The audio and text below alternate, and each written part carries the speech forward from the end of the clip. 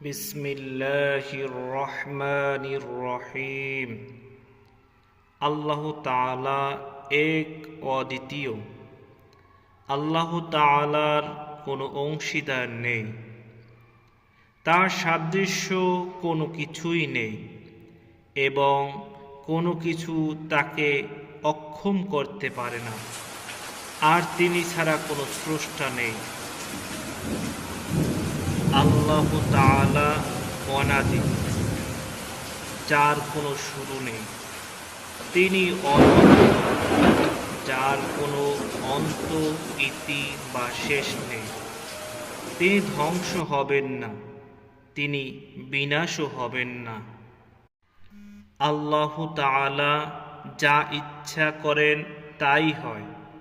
মানবীয় কল্পনা তার নাগাল পায় না, মানবীয় জ্ঞানও তার কাছে যেতে পারে না বা তাকে অনুভব করতে পারে না। সৃষ্টিজীব তার সাথে সাদৃশ্য রাখে না। আল্লাহ তাআলা চিরঞ্জীব, কখনো তার মৃত্যু হবে না। তিনিও চিরস্থায়ী ধারক প্রত্যেক জগতের।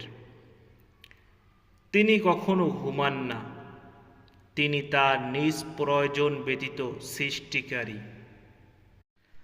আল্লাহ তাআলা অক্লান্ত রিজিকদাতা, তিনি নির্ভীক মৃত্যুদানকারী, বিনা কষ্টে পুনরুত্থানকারী।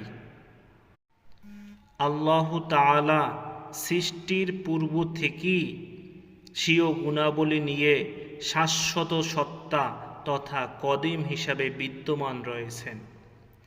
সৃষ্টির কারণে এমন কোনো গুণ বেড়ে যায়নি যা মাখলুক সৃষ্টি করার পূর্বে ছিল না।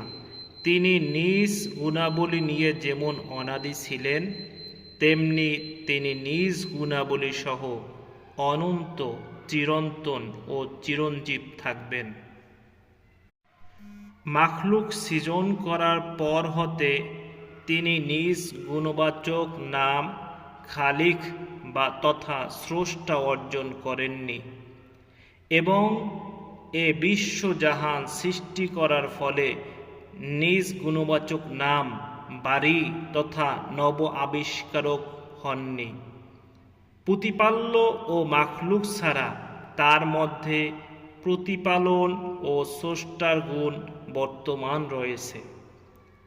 আর তিনি মৃত্যুকে জীবন দান করার কারণে যেমন জীবন দানকারী গুণে গুণান্বিত হননি,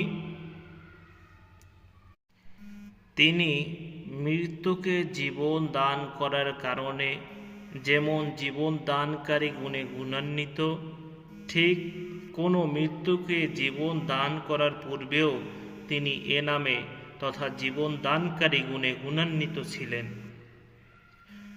অনুরূপভাবে তিনি মাখলুক সৃষ্টি করার পূর্বেও খালিক তথা স্রষ্টা গুণের অধিকারী ছিলেন, কেননা তিনি সব কিছুর উপর সক্ষম আর সকল জিনিস তার মুখাপেক্ষী এবং প্রতিটি কাজ তার জন্য সহজ। তিনি কোনো কিছুর মুখাপেক্ষী নন, তার সক্ষম কোনো কিছুই নেই। তিনি সর্বশ্রেষ্ঠা, সর্বশ্রোতা, সর্ববহিত। আল্লাহ তাআলা নিজ জ্ঞানে মাখলুক সৃষ্টি করেছেন এবং তাদের জন্য সীমা তথা ভাগ্য নির্ধারণ করেছেন, আর তিনি তাদের বয়স বা সময় নির্ধারণ করে দিয়েছেন। মাখলুক সৃজন করার পূর্বে কোনো বস্তু আল্লাহ তাআলার নিকট গোপন বা অস্পষ্ট ছিল না এবং তাদেরকে সৃষ্টি করার পূর্বে তিনি জানতেন সৃষ্টির পর কে কি করবে। আল্লাহ তাআলা মাখলুকদেরকে তার ইবাদতের নির্দেশ প্রদান করেছেন এবং পাপাচার হতে নিষেধ করেছেন। প্রত্যেক জিনিসই তার ইচ্ছা ও ক্ষমতা বলে পরিচালিত হয় এবং সব কর্মই কার্যকর হয় স্রষ্টার ইচ্ছায়। বান্দার ইচ্ছায় কিছুই কার্যকর হয় না, অতএব তিনি মাখলুকের জন্য যা চাইবেন তাই হবে, আর যা চাইবেন না তা কখনোই হবে না। আল্লাহ তাআলা নিজ অনুগ্রহে ও দয়াপূর্বক যাকে ইচ্ছা হেদায়াত, আশ্রয় ও নিরাপত্তা দান করেন এবং নিজ ন্যায় বিচার যাকে ইচ্ছা পথভ্রষ্ট, অপমানিত, লাঞ্ছিত, বিপদগ্রস্ত বা রোগাক্রান্ত এবং পরীক্ষা করেন। সবই তার ইচ্ছার অধীনে, তার অনুগ্রহ ও ন্যায় বিচারের মাঝে আবর্তিত। আল্লাহ তাআলার সিদ্ধান্তকে কেউ পরিবর্তন করতে পারে না এবং তার হুকুমকে কেউ প্রলম্বিত করতে পারে না, আর তার কাজের উপর কেউ প্রভাব বিস্তারকারীও নয়।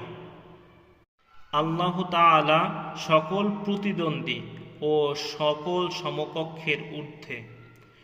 উপরিউক্ত আলোচিত সকল বিষয়ের উপর আমরা ঈমান আনলাম আর এই কথার উপর বিশ্বাস রাখলাম যে এসব আল্লাহ তাআলার পক্ষ হতে আগত।